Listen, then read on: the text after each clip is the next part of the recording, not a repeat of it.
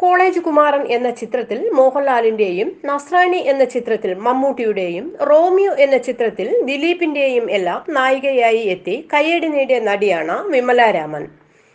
ഏറെ നാളുകൾ ഇൻഡസ്ട്രിയിൽ നിന്നും വിട്ടുനിൽക്കുകയായിരുന്ന നടി ഒപ്പം എന്ന ചിത്രത്തിലൂടെ തിരിച്ചെത്തിയിരുന്നു. ഇപ്പോൾ കേൾക്കുന്നത് നടിയുടെ വിവാഹ വാർത്തകളാണ്.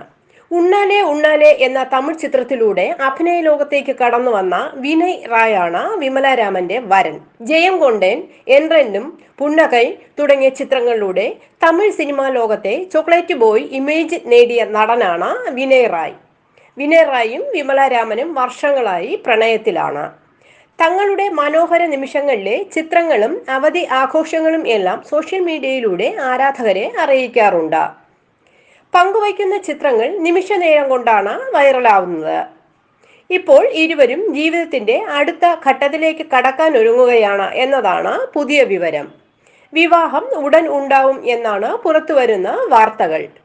തീയതി അധികം വൈകാതെ പുറത്തുവിടും.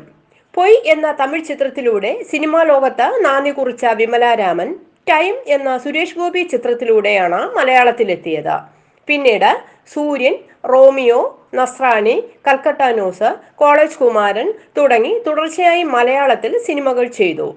മലയാളത്തിനും തമിഴിനും പുറമെ തെലുങ്ക് സിനിമകളിലും സജീവമായിരുന്നു വിമല രാമൻ.